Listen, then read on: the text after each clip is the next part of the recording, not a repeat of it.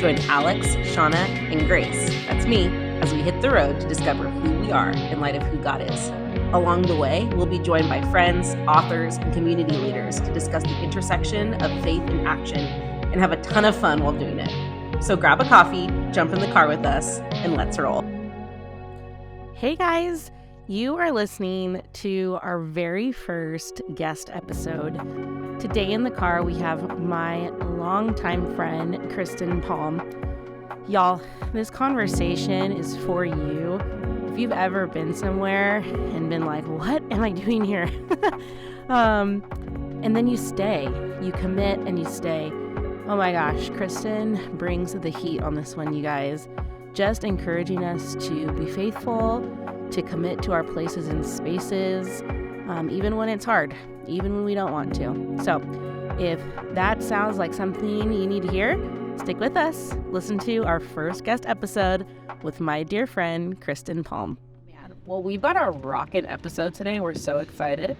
But first, Shauna, please share your hot take with the class. Okay, my hot take is I think Trader Joe's makes stuff just to see if we are that indoctrinated that we will buy it.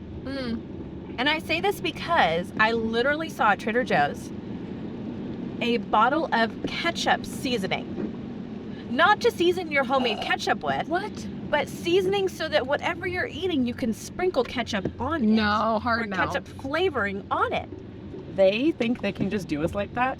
That's a no, dog. We're like, you know what, this is Trader Giotto's or this is Trader Ming's.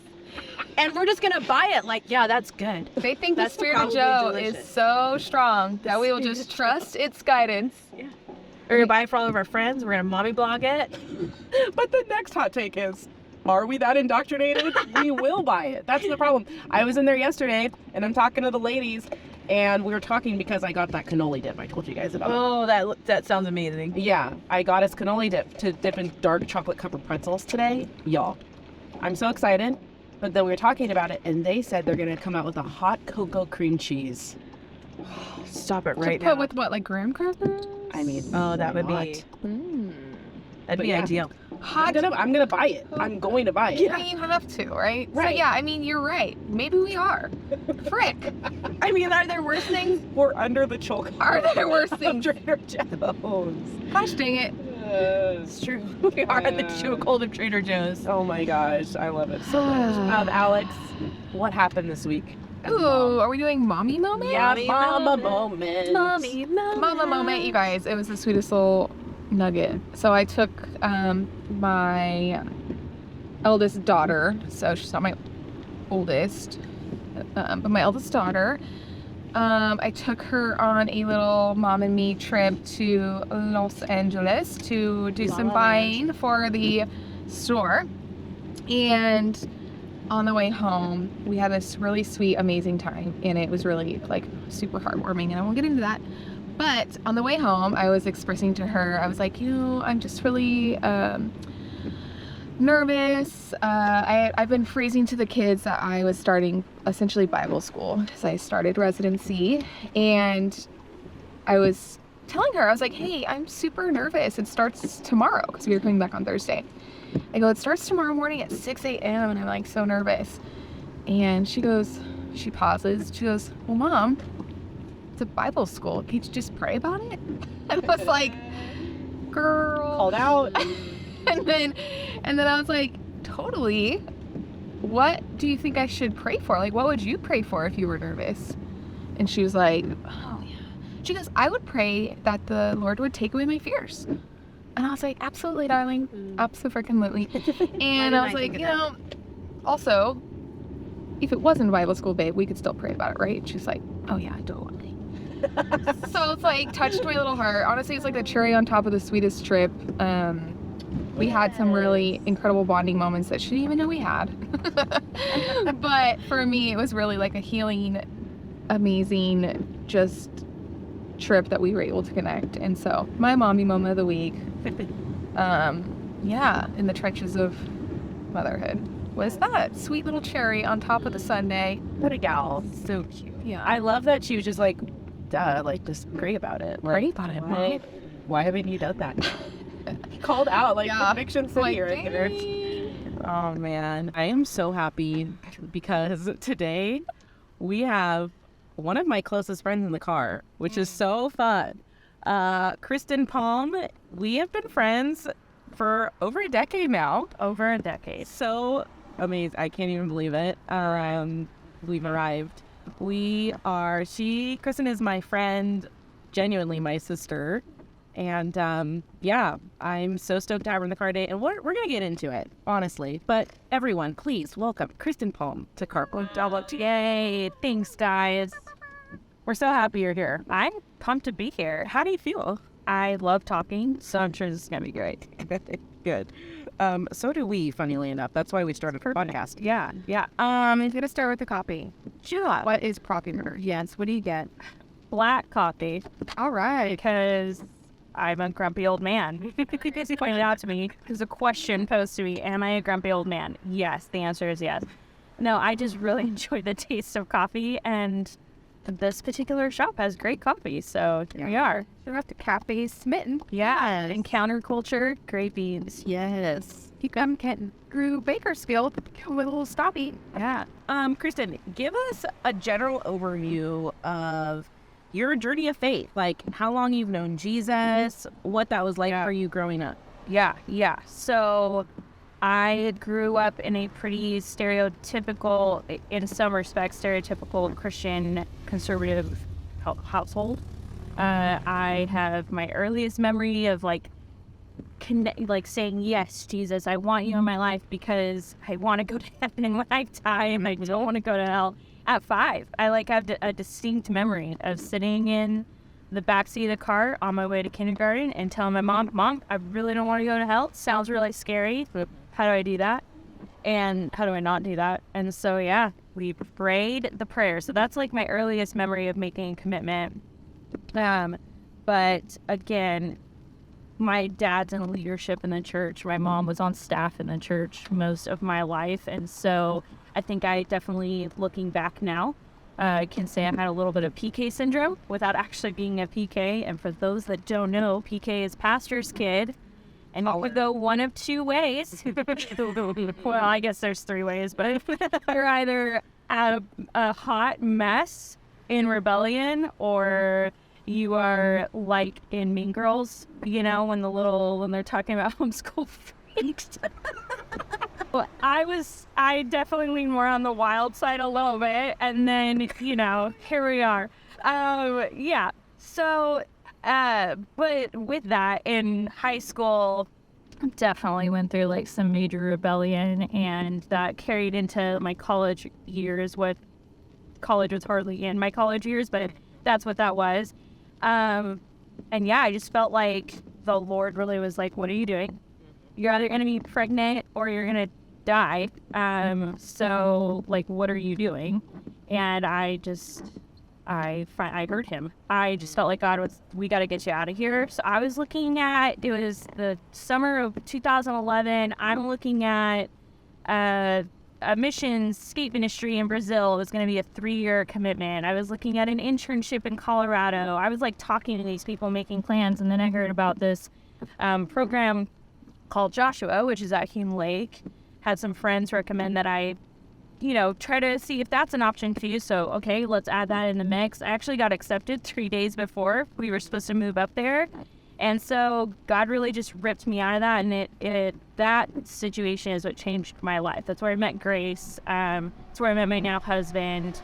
That's what landed me here in Bakersfield, inevitably. And I haven't really looked back since. Still obviously struggle with things, but it's a different struggle. It's not the struggle between do I want to follow him or not. It's more just the struggle of why does following you have to suck so hard sometimes, Yeah. Which is really the crux of where we want to go today. Is sometimes this is really hard. Yeah. But why do we stay? Right. So you've kind of touched on it.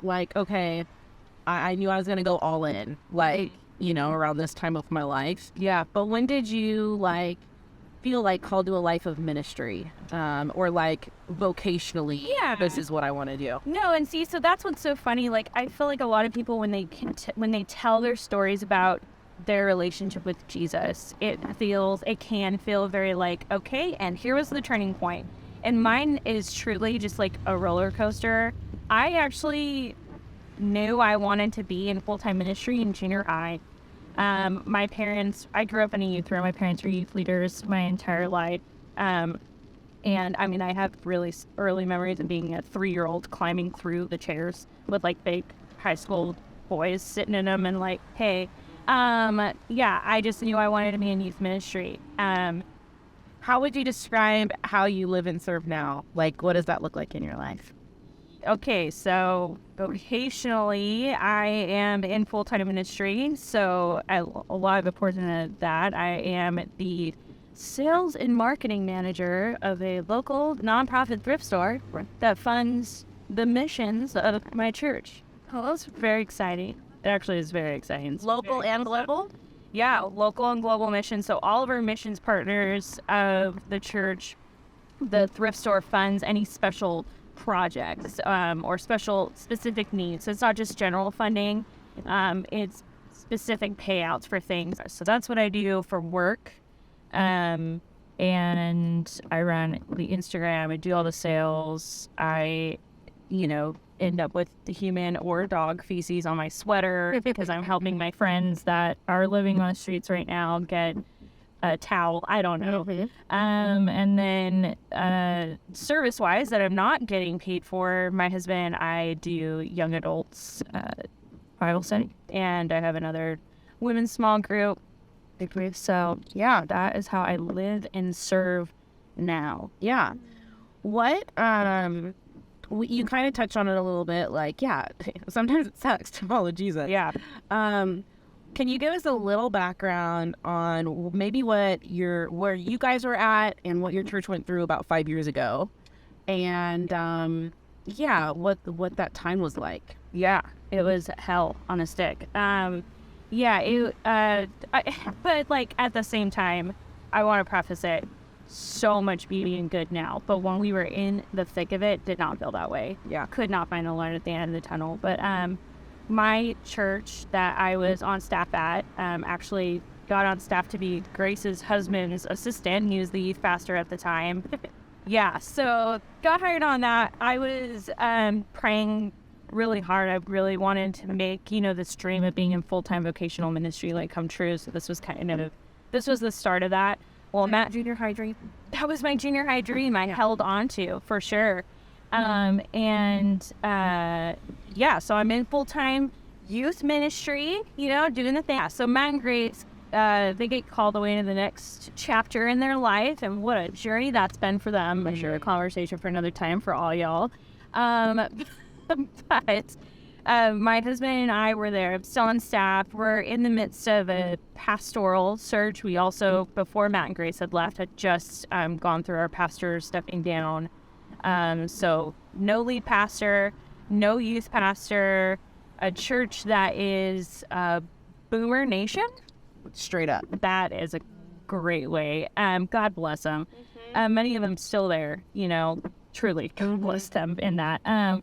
But yeah, they just, that church was a big deal, long history in our town. And so what I think was part of its regression, that's a good word, was that they were sticking to methods that worked 20 years prior. And, just wanting great godly results. The intention was, I think, in many ways very pure, but just had no way of understanding how to reach the next generation and thinking that the same ways they were going to do things would get that next generation. So, our elders, instead of focusing on the, a pastoral search, so there was this young, hit, like very charismatic pastor who was on the radio. He was leading a church plant. They were about 8 years old. At the time, 2018, Pew Research Institute said that the 28-year-old male was the hardest, unchurched people group that was the bulk of what that church plant was made up of, was late 20s-year-old dudes. And so they're like, great, they're reaching the next generation. And so they approached him about, what do you think about a merge? Merging our two churches. What could go wrong? And so we all voted, we merged. And in that process became my dream. I became the youth director. Finally there, I had been in youth ministry, grew up in a youth realm. Like I said, all the things. I felt like I had everything possible that I needed to do the job well. I had my husband as my PSE. I mean, he loves youth, still serving in youth now. He will be serving in youth, and that is forever. A 5-year-old. Yeah, for sure. Yeah, he's so great. Such a calling. But yeah, the pandemic hit. And like every church that in all of America and all over the world, we had a really rough time. Bakersfield is really conservative. One of the distinctives of our church is that we're multicultural. That's something that we, at least at the time especially, banged that gong a lot. We had a multi-ethnic pastoral staff, multi-ethnic staff in general, multi-ethnic church. And so when all of that was going down with George Floyd, we were in the middle of a series, and I bring this up because I really feel like this was the tipping point in a lot of ways for us. But stuff was going down with George Floyd, and we had our students posting a lot of stuff on social media, lots of questions, and I think a lot of those questions were being asked in jest and in sarcasm, but they were asking things like, why do we keep talking about this, and why do we keep addressing, whatever. So we thought, you know what, we need to pause our series. Everything's online. Everything, we're doing these videos, we're filming, we're putting it out, and then we do virtual small groups after. And so we had a round table going through Romans and talking about what the early church was dealing with, because they were dealing with this too, multi-cultures, multi-ethnics coming under one name, and the name of Jesus, and that is hard. And so we talked about those things, and in the small groups, lots of questions, great conversations, so we thought, but that kind of started this, I don't know, but I got lots of emails. Just say it that way. Lots and lots of angry emails that to this day I supposedly have not read, to those parents' mind, that no one ever came and talked to me. They went to my leadership. And I stayed on staff until about 1.5 years ago. Depending on who you talk, including myself, and on my mood at the time, it could either be that it was a mutual agreement or that I got let go, but I couldn't take it anymore. I felt at the time pretty unsupported by my leadership. I didn't feel like they were going to the bat for me. I didn't feel like they were making room for fostering conversations between me and those parents. There's just a lot of things that I felt like if we could just get down at one table, right. but also on my part needing my leadership to also be at the table with me. I did not feel confident, especially since they didn't go to me in the first place. They just went directly to elders and pastors. I didn't feel confident for me to call those meetings, and I'm going to give my leadership again. Now with healthy eyes, I can look back. They had a lot going on, but I had a moment with my overseer at the time where I said, I am one more bad parent email away from absolutely losing my, ready for the beat?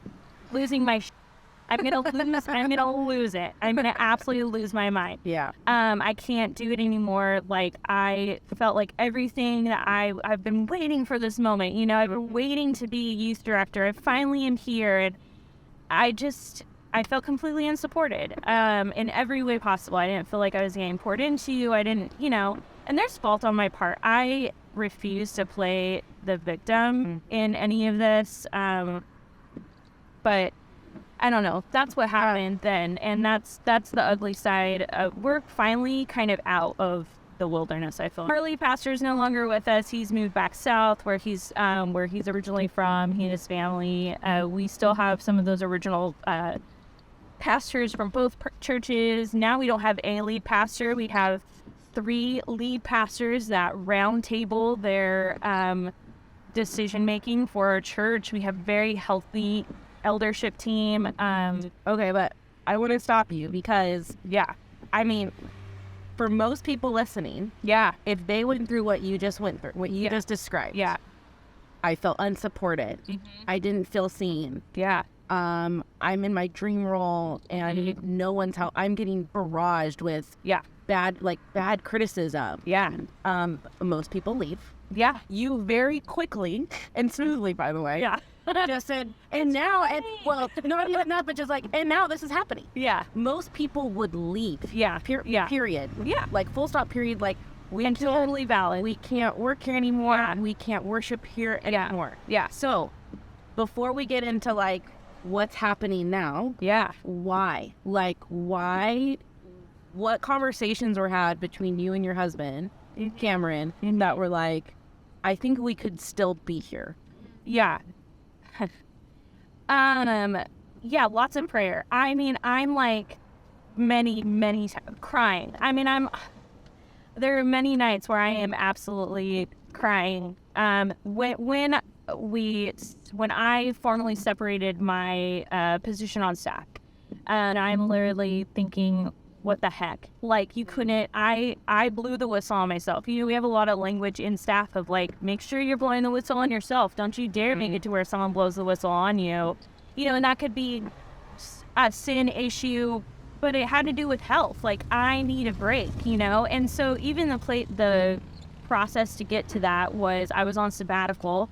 They were like, we're going to give you some time to just step away from this, and we're going to all just kind of decide what the future looks like. And it was through that season that I'm having, you know, conversations with one of the pastors. I'm having conversation with my overseer, and I'm just like, I don't know. Maybe this isn't for me anymore. You know, I don't know why. I'm having major identity crisis because this dream job I had since I was, 11, 12 years old, I didn't want it anymore. And I didn't know what I'm supposed to be doing with myself, because this has been the dream. Everything's been leading to this moment. So I thought, and I'm angry. I am having a hard time looking at my pastor that made, that told me, at least it was a group decision. So, at least that's what I have been told. That's what I believe. It was a group decision that I was going to be, removed from my position. And I am angry. I'm angry looking at this person's face. I feel like I didn't get a chance. Like, they didn't try to help me, like, do a good job or whatever. Did I do a good job? I obviously suck at this position. Like, all the parents think so. I don't know. It's just like all those self-deprecating thoughts that are going on. And I'm obviously talking to my husband. My husband is also confused as well. Everything's been leading to this. And now, when we were dating, it was like, we're going to be doing youth ministry the rest of our life. This is part of what attracted us to each other. So the fact that the woman of his dreams who's going to do youth ministry till she's also 85, is not wanting to youth ministry anymore. He's confused, So the reason we stayed, I don't have a definitive answer as to there wasn't this aha moment where Jesus was like, you're going to stay. It was more like, God, tell us where we can go. Mm-hmm. And he never told us that we can go somewhere else. And I think in most things, I struggle with the concept of people who like church shop or bounce from a church. I feel very strongly that you are called to a church. So if you're being called away from a church, I would challenge any person that's telling any of my friends. I think this is a healthy challenge. If you're feeling called away from whatever church you're a part of, what is he calling you to? Okay. And I think that anytime we're turning away from something, we're turning towards something. We know that with sin. We know that with addiction. These are common things, even in the secular world, that we know that when you're trying to walk away from something, it's because you're supposed to be turning towards something. So that's how I feel about the church. He never called me away. For me, I had to keep asking myself, like, okay, these men who are sinners, saved by grace, Like, do I believe that they are not called to their position of authority? No, I believe fully that God has called them to position and authority in this church. They are the leaders God has chosen for this church. Okay, great. So am I called to this church? Yeah, I actually believe I'm still called to this church. And so it's not easy for me. I still struggle. I'm still find myself at like caught in the hallway, like with, one of those pastors sometimes. And it is awkward because Grace will tell you, I don't do unresolved very well at all. And so I'm like, want to sometimes just be like, what the heck, or whatever. I think there's something to be said for, like, I've been on staff at our church for 6 years. Yeah. And like, we're just people, like church leadership. Yeah. It's just made up of people who have a passion to follow Jesus. Yeah. And take others along with it. Right. And so I hear a lot of like grace and mercy in your story, and just that you're still committed to like the church as a whole. Yeah. So if you were to be like, man, this is what I pray as I think of like God's people, the church in this sense. Like, what is your like prayer for the church? Where do you find hope in the church right now? Yeah. This is definitely something I've been working through, that we as a church would have a desire to fight for each other. Even when it's hard, even when that person is the one that's caused you such great harm. I'm still, some of those parents that sent those emails, I'm still in church with them and I'm doing life with them. Yeah. I'm still doing life with them, and we've not actually had that conversation, and that's partly a decision I've made. They've yet to talk to me about it. As far as I know, they think I know nothing about it. And until they change that, I have chosen for myself to keep it that way. But I think for me, the mission that we have is too great, and I can respect the fact that not everyone's there, but I am not my own, and I've been called to tell others about Jesus, and I've been called to do that with the church. And so that You said I'm not my own. right, well, Yeah. It's beautiful.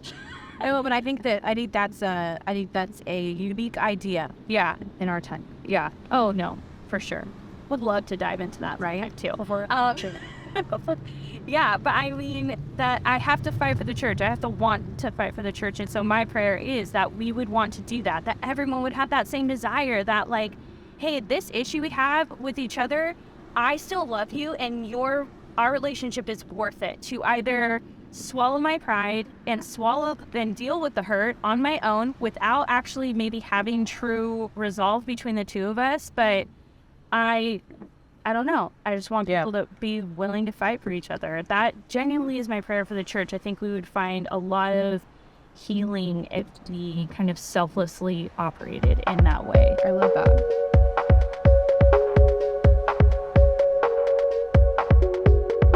I was thinking about something. So our whole, something I know I would want to hear as a listener is,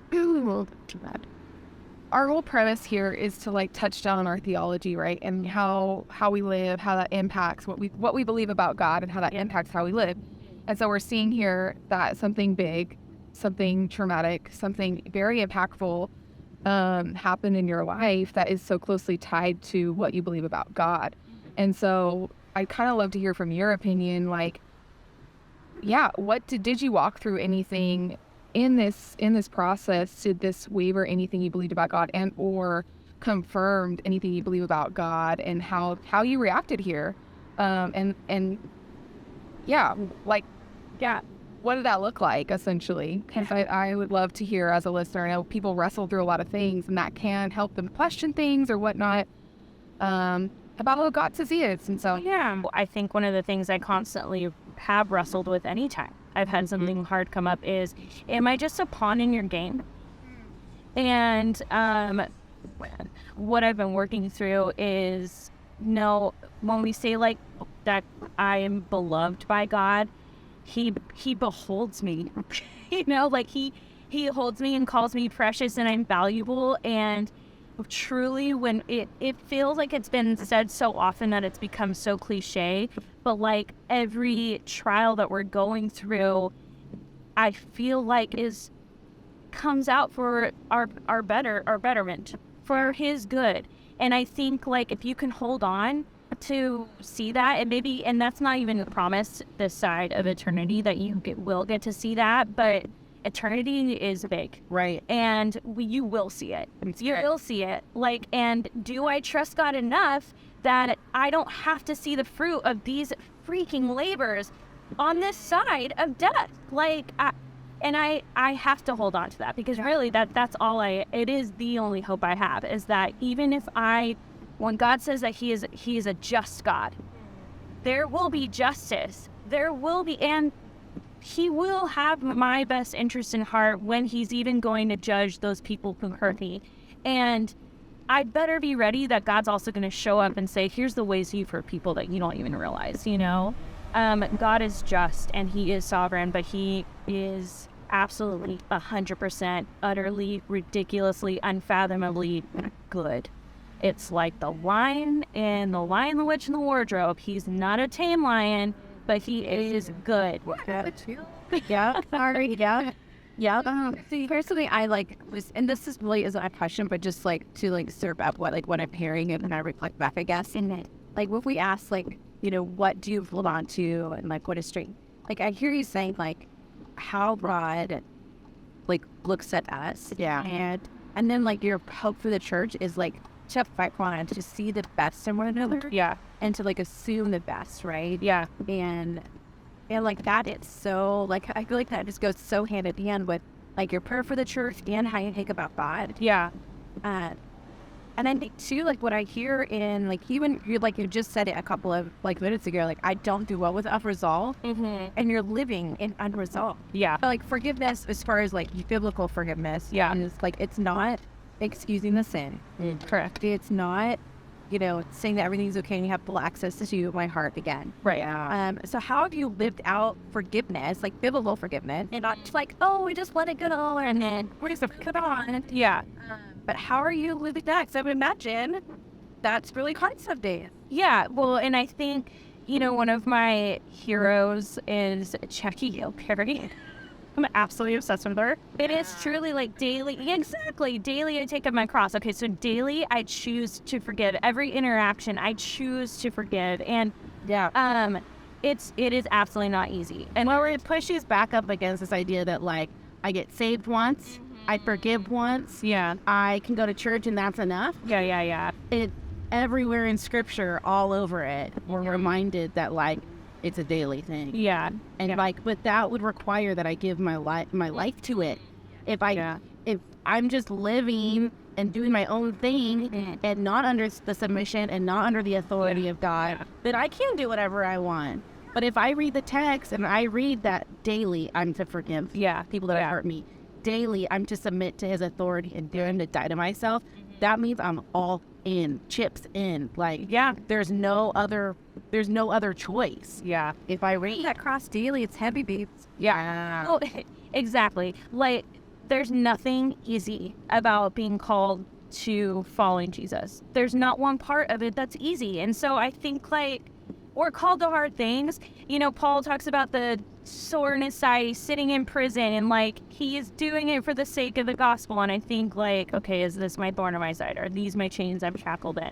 And, I don't know, to your question, like, how am I doing it daily? There is work involved in that, and it's not even as simple as, like, today I'm going to choose to forgive, or this moment. I am in therapy. That's right.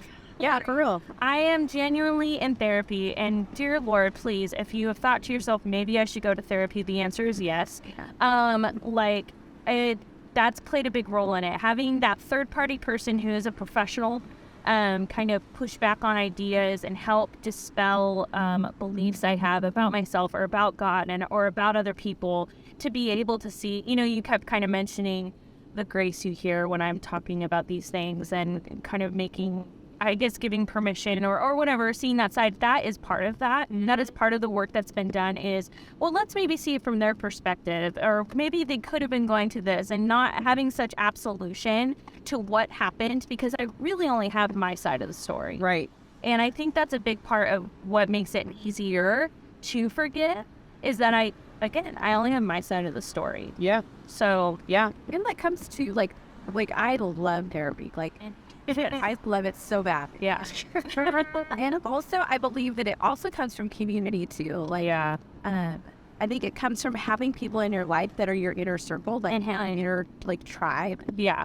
that are like, hey, oh, it's interesting that you've heard that way. And then, Could they have meant this? yes. Yeah. And you be able to trust enough to be like, maybe, yeah, kind of like, I haven't eaten today, and yeah, I guess I am kind of grumpy. Yeah. Hear that. Yeah. Really interpret that. Yeah. What are your vulnerabilities, to use a therapy word? Yeah. Love it. No, that's so true. I mean, community is such a big part of that, especially if you're genuinely connected to community within your church, which is important to actually being part of an active body of believers. Because they also know the people that, if you're dealing with your church, that you're dealing with, and you have to find your few. Jesus had his few. He had his 12. He had the crowd, the 12, and then he had his few. You got to find your few. You got to pour into that few. So exactly like you said, you can really trust when they're pushing back on those things because they know you. Grace is a great example of this. She knows me. She knows when I'm at my tipping point, or she can tell by the tone of my voice that maybe there's another layer to what's actually coming out of my mouth. When you have those people, exactly. That's a very good point. You know this. Yeah. Maybe, or could this be true? Yeah. Like, dang it, how when you ask that in the form of a question, you already know the answer. Yeah.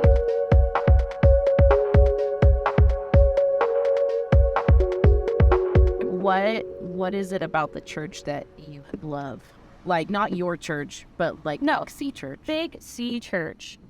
I love what a mess it is. And I know that sounds like silly, but like truly there's nothing more, like no better perfect picture of the gospel than a bride with like crap all over her dress.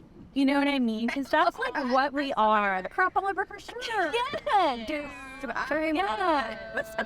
Like, he's still stinking looking at us and going like, God, you're beautiful. Like, you know what I mean? And that's like, that is what I love about it. Like, we have the space to be that way. That is God's kindness, that we have this season to be a mess. Yeah. And his grace is so immeasurable that like we get to be, and we get to keep coming back, and he gets to be comforter. You know what I mean? And that is what I love about the church.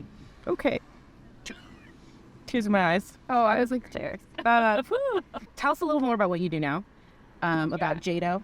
And you did a little bit at the beginning, but Its location. Yes, Junkatique Outlet. We are here in downtown, beautiful, shining downtown Bakersfield. I love downtown Bakersfield. Don't you let anyone, as a transplant, I love this city. Yeah, we're Junkatique Outlet. We are a nonprofit thrift store, as I said, donation based. We have the craziest. I have a $250 Sylvia Plath book in a case right now. I mean, like, come on. I get to play with antiques all day in the name of Jesus. And so, we talk about like, that was my dream job, but Proverbs 19:21, many are the plans in the heart of a man, but the Lord's purposes shall prevail. You got a green light. But, I couldn't be anymore, but I am a junker, a thrifter, I love fashion. I love all the things. I literally get to do the things I actually love that I didn't even think would be a career path, and I get to do it for the gospel. Like, it is absolutely insane. I play with vintage and antiques all day long. There's computers for kids in Peru. so cool. Yeah. I feel that you kind of started off just like, if you're listening, what the thread for me is just like we talked about faithfulness and being led to asking God and being willing to listen. Yeah. Where do you have me in head? Where do you want me? And it's just really inspiring to hear your just faithfulness in that. The tender, brutal, vulnerable, hard faithfulness of like, do it. Yeah. The beautiful covered bride. Right, yes. I feel like that's all right. That's all right. Torn veil. makeup like smear and a skew. Just got a babe. She's a babe. Sean said. Yeah. Yeah, just that. Like, yeah, if you're listening and you have experienced not only specifically to church hurt, but like we're touching there, but like hurt in general. Yeah. Disappointment. Disappointment. Things aren't going how I thought they would when I followed Jesus. Yeah. Yeah. When might we offer a lens of what it might look like to ask the Lord, okay, where do you have me? And then this sucks. Yeah, what's next? And to be willing to hear and listen and take the steps he's maybe guiding you. Yeah. We're in the car, in case you haven't noticed. Yeah. What's filling your tank? Yeah, that's what. So to speak. I thought a lot about this question. I did love your notes. I mean, yeah. But like, for real right now, like throughout the day, what truly fills my tank fuels my tank. Fills it up with fuel. Sure. Grace is cringing. Is the random freaking reels and TikToks my husband sends me throughout the day. That is a love language. Yeah. He sends me reels of, I don't know, a cat, like, just getting scared of a cucumber. I don't know. Or just, like, random stuff. Or we're going to be getting ducks soon. He'll send me an informational reel about duck care. I know. And it is the best. And it's precious. Ducks? Grace, we're getting ducks. It's like the biggest thing that's happening to me right now. Thanks so much for telling me. Why does can't you leave home with? Oh no, it's not. Oh my gosh. What can't I live around that way, y'all? It's early in the process. Okay, what can't I leave home without? Yeah. I am completely unoriginal and uninspiring. I've had a very difficult time leaving my house without my phone. Oh, Yeah, fair. yeah. Sorry. Yeah. It's my phone. Yeah. Gotta have it. Yeah. Well, that tells me something about you. That's you're a simple gal. I'm a simple gal. Just need your phone. Yeah, just see my phone. Simple gal is simple. Oh, man. Yeah. Kristin, Grace, Alex, Sean. It's been an absolute pleasure. Absolutely. Thanks for the sunshine on a rainy day. Yeah. I love that. Yeah. We have had some technical difficulties today, and I, may or may not have revealed a side of me. But, stirring on my dress. And that's all right. That's your torn veil. And I appreciate your grace. Hey, You're rolling with it. upon grace, man. Yeah, I tell ya. Hey, thanks for rolling with us. Oh, yeah, my pleasure. Awesome. Good stuff. But Turn it off. You've been listening to Carpool Theology with Alex, Shauna, and Grace. Thanks for joining us. We're really glad you're here. New episode every other Thursday on all your favorite platforms. See you next time.